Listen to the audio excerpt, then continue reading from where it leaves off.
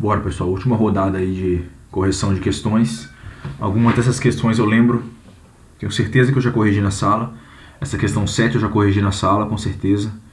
A questão 9, tenho 90% de certeza que também corrigi na sala. A questão 8 é muito fácil, mas vamos por partes, né? Questão 7. Ele diz o seguinte, ó, com relação a um corpo que descreve um movimento retilíneo uniforme, assinale a alternativa correta. Alternativa A. Um corpo em movimento, ele colocou aqui MU, né, movimento uniforme, mas vocês podem entender como MRU, movimento retilíneo uniforme. Ele diz que um corpo em movimento retilíneo uniforme percorre espaços cada vez maiores a cada intervalo de tempo posterior. Isso aqui é obviamente falso. Por que é falso, né? Se a velocidade de um corpo, vou dar um exemplo numérico, é 10. Deixa eu ajeitar aqui minha caneta. Se a velocidade de um corpo é 10 metros por segundo, isso quer dizer o quê? Não, primeiro, né, se é movimento retilíneo uniforme com essa velocidade, se é movimento retilíneo uniforme, essa velocidade ela é constante. Para qualquer valor do tempo, essa velocidade nunca vai mudar, porque essa é a definição de movimento retilíneo uniforme. Então, ó, a cada 1 segundo ele anda 10 metros. Beleza? Passou 1 segundo, ele andou 10 metros. Passou mais 1 segundo, ele andou mais 10 metros. Passou mais 1 segundo, ele andou mais 10 metros. Então, essa taxa de variação da posição com o tempo nunca muda. Então, a alternativa A é verdadeira, é falsa, quer dizer, né? Ele diz, ó, um corpo em MRU percorre espaços cada vez maiores a cada intervalo de tempo. Isso é falso, porque a cada intervalo de tempo, vamos supor, a cada 1 segundo, ele vai andar sempre os mesmos 10 metros. Beleza? Porque a velocidade é constante. Então, se no MRU a velocidade dele é 10 metros por segundo, ele vai andar, a cada segundo ele vai andar 10 metros, e isso nunca vai mudar. Então, letra A é falso. Vou escrever aqui falso. Letra B. Um corpo em movimento retilíneo uniforme percorre distâncias iguais em intervalo de tempos iguais. Essa aqui é verdadeira. Essa é a verdadeira. Né? Porque é justamente essa a definição aqui do movimento retilíneo uniforme. A velocidade é constante. Ou seja, para intervalo de tempos iguais, ele vai andar distâncias iguais. Então, a cada 1 segundo, ele vai andar 10 metros. A cada 2 segundos, ele vai andar 20 metros. Então, para intervalo de tempos iguais, ele vai vai percorrer distâncias iguais. Beleza? Letra C. Um corpo em movimento retilíneo uniforme move-se com aceleração constante. Isso aqui você já poderia descartar, já poderia colocar como falsa. Por quê? Primeiramente, você não sabe o que é aceleração ainda, né? Eu não expliquei para vocês ainda. A aceleração é justamente a variação da velocidade. Vocês vão ver nas próximas aulas aí que a aceleração média é a variação da velocidade em um intervalo de tempo. No movimento retilíneo uniforme, a velocidade não varia, né? Então não tem aceleração. A aceleração é sempre zero. Beleza? Então isso aqui é falso. A letra D. Um corpo em movimento uniforme permanece em uma posição constante em todos os instantes de tempo. Isso aqui também é falso, porque se ele permanece na mesma posição para todo o valor de tempo, ele nem em movimento não está, ele está em repouso. Se a posição é sempre constante, se ele está sempre parado. Então passou 1 segundo, ele está no mesmo lugar. Passou mais 20 segundos, ele continua no mesmo lugar. Passou 60 segundos, ele continua no mesmo lugar. Então ele está em repouso. Então ele não está em movimento retilíneo uniforme se ele está em repouso, né? Beleza? Então essa foi a letra número 7. A questão 8 é muito simples, na verdade é uma versão muito mais simples do que aquelas questões que aparecem na lista 2 de vocês, porque aqui você não precisa fazer desenho, não precisa interpretar nada, ele já está te dando a função horária dos corpos em movimento. Vamos ver. Um automóvel percorre uma estrada com função horária. Então essa função aqui vai nos dizer toda a história desse carro durante o movimento. Por exemplo, ele começou aqui no quilômetro menos 40 e a velocidade dele é 80 km por hora. Mas só de ter essa fórmula aqui, você já vai conseguir responder a questão, né? Então, sendo S dado em quilômetros e T está em horas. Quando o automóvel passa pelo quilômetro zero? Então, quando? Né? Ele quer saber o valor de tempo. Qual o valor de tempo que ele passa pelo quilômetro zero? Ou seja, ele quer saber qual o valor de tempo que corresponde à posição zero. Então eu vou substituir esse valor de posição aqui na função horária para obter o valor de tempo correspondente. Então vamos lá. Aqui, 0 igual a menos 40 mais 80 vezes t. E esse t é o que eu quero descobrir, e a posição aqui é o que ele está falando, né? O quilômetro zero. Então esse valor de tempo vai ser correspondente ao automóvel estar no quilômetro zero. Então agora é só continha, para descobrir quem é esse t, né? Eu tenho esse menos 40 aqui, que ele está subtraindo, ele vai passar para lá somando, vai ficar 40 igual a 80t. Pessoal, fiz isso aqui na sala, tenho certeza que eu fiz isso aqui na sala de vocês, no quadro, né? Eu quero o valor de t, eu vou passar o 80 para cá dividindo, vai ficar 40 dividido por 80 é igual a t. Ó, cortou 0. Se eu dividir em cima e embaixo por 4, vai dar 1 sobre 2. Então t igual a 1 sobre 2. 1 sobre 2 é 0,5. 0,5 horas. Ou 30 minutos. Beleza? Então vamos ver, vamos voltar no enunciado, ver o que ele está perguntando. Quando o automóvel passa pelo quilômetro zero? Ele vai passar pelo quilômetro zero quando o relógio marcar 30 minutos ou meia hora. Beleza? Essa é a questão 8. A questão 9, também tenho certeza que respondi no quadro. Mas vamos lá, vamos fazer rapidinho aqui. Ó. Basicamente aqui a gente tem um trajeto. Vamos dizer que aqui é o quilômetro zero desse trajeto aqui. Tem uma estrada. Tá, tem 80 km. Cadê? Vamos ler direitinho, né? Uma empresa de transporte, Paraná, precisa transportar. No primeiro trecho, a velocidade máxima é de 80 km, Paraná, e o trajeto é 80, né?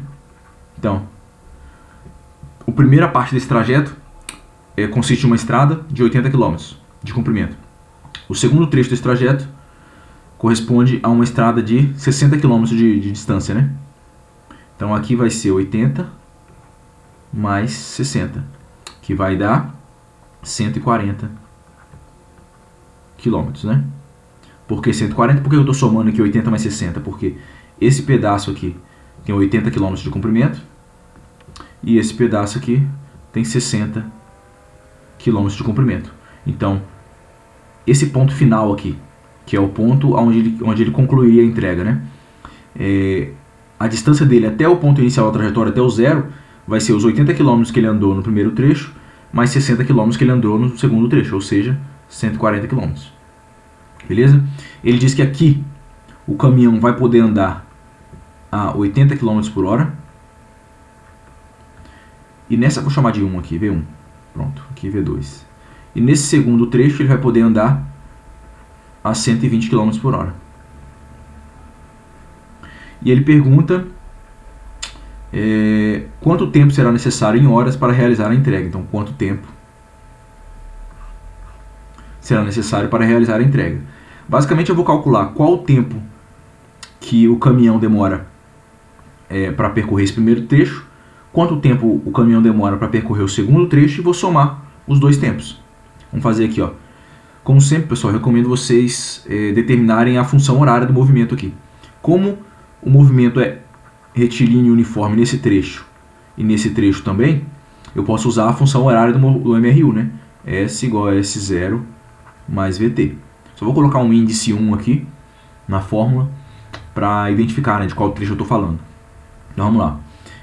S1, né? A posição desse caminhão, desse carro aí, nesse primeiro trecho de 80 km, vai ser 0 aqui, né? Porque ele começou do 0, mais qual a velocidade aqui? 80 nesse trecho, vezes T1.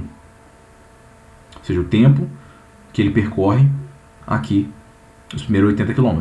Se eu colocar um 80 aqui, eu vou descobrir quanto tempo ele demorou para ir do 0 até o 80. Então vai ficar 80 igual a 80 T1. Isso quer dizer que T1 é igual a 1 hora. Por que deu 1? Porque eu passei esse 80 para cá dividindo, e 80 dividido por 80 vai dar 1.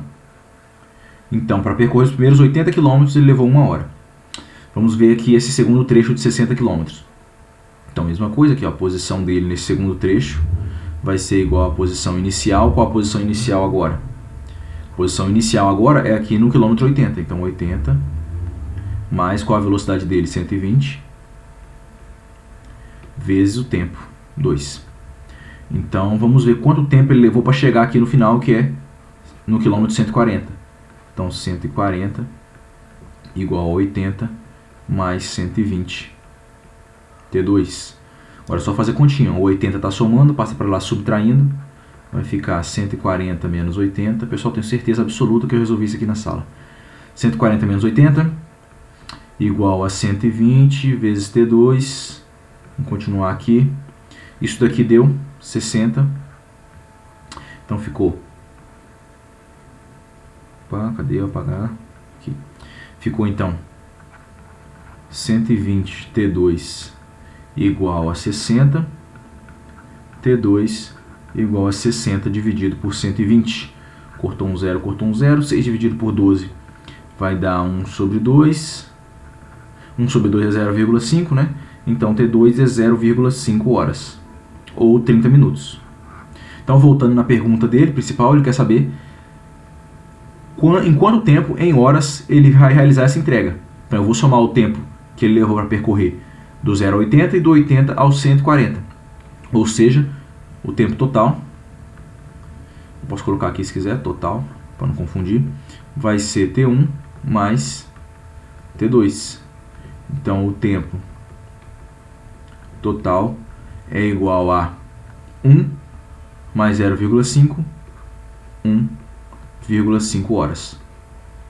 Beleza? Ou 1 hora e 30 minutos. Essa é a resposta da questão 8. Ou melhor, 9, né? Isso aí. Deixa eu ver o que mais tem aqui pra gente fazer. Questão 9. Pessoal, questão 10 também é muito simples. Deixa eu tirar print aqui para não ter corte. Questão 10 e 11. Vamos lá. Copia.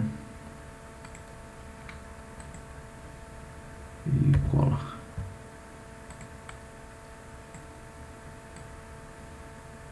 Questão 10, pessoal. Muito simples.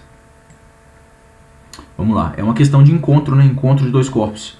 Se fosse ultrapassagem seria a mesma coisa. Só que é muito mais simples do que aquelas da segunda lista, porque nesse caso ele já te deu a função horária dos movimentos. Ó. Então eu tenho aqui dois móveis A e B, pode ser dois carros, duas pessoas, dois aviões, que seja, dois trens, movem-se de acordo com as funções horárias. Então eu já tenho a função horária dos dois corpos aqui. Em unidade de sistema internacional. Sistema internacional quer dizer o quê? Que a velocidade está em metros por segundo, o comprimento está em metros e o tempo está em segundos. Qual o instante, então ele quer saber o tempo, em que esses móveis se encontram?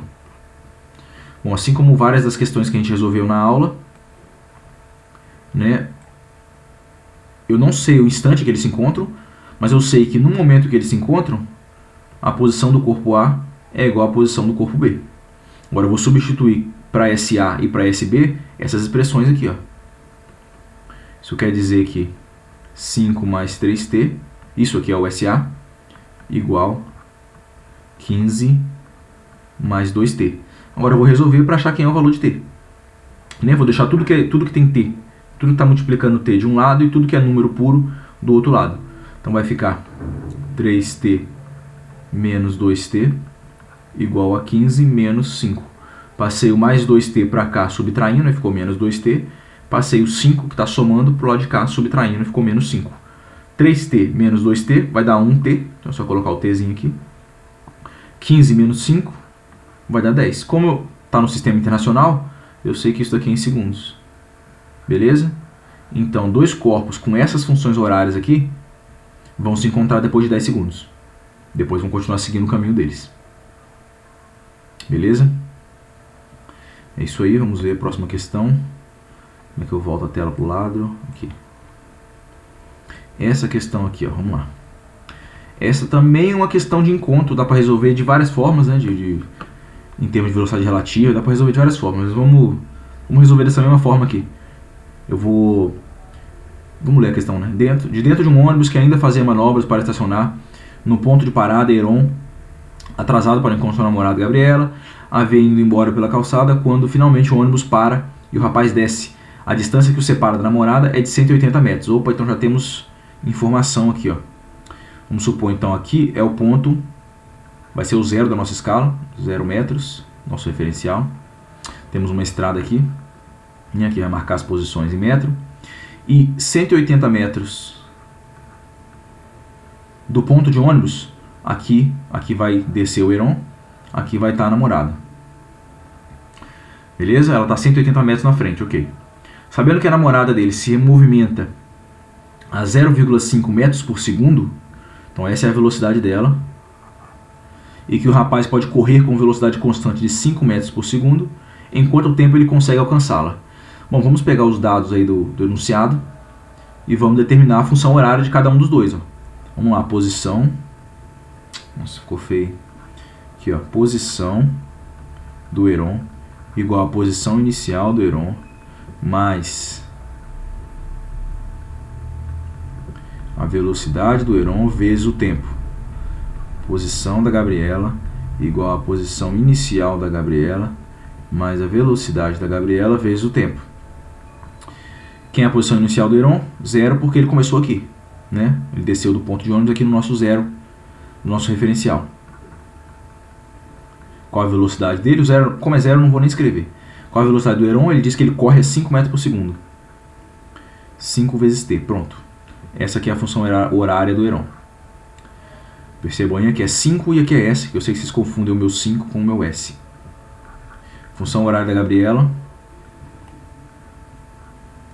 Nossa, meu S é muito parecido com o 5. Ó, pronto. Posição inicial dela, 180. Então aqui é 180. Mais, qual a velocidade dela? 0,5. 0,5 t. Beleza? Então eu quero saber